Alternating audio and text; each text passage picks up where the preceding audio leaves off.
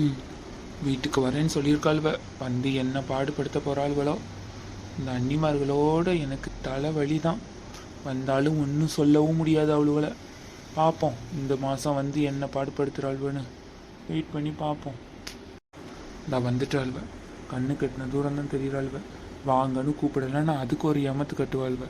வரட்டும் வரட்டும் ஒரு எட்டு கூப்பிட்டுருவோம். வாங்க வாங்க அண்ணி, எல்லாரும் நல்லா இருக்கீங்களா? வாங்க அண்ணே, நல்லா இருக்கீங்களா? உள்ளே வாங்க. ஏ அப்பா, என்ன ஒரு ஆச்சரியம். தம்பி பொண்டாட்டி வெளியிலலாம் வந்து நின்று வாங்கலாம் கூப்பிட்டுட்டாலே ஆச்சரியமாக தான் இருக்குது. ஆமாம் ஆமாம், எனக்கும் ஆச்சரியமாக தான் இருக்குது. என்னன்னு தெரில, தம்பி சொல்லி எதுவும் விட்டுருப்பான்னு நினைக்கிறேன். வா உள்ளே போவோம்.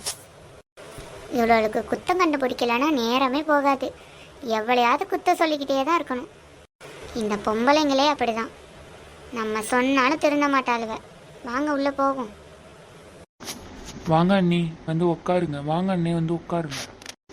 நீங்கள் எங்கேயே இருங்க, நான் போயிட்டு குடிக்க ஏதாவது எடுத்துகிட்டு வரேன். சரிம்மா, போய் எடுத்துகிட்டு வா.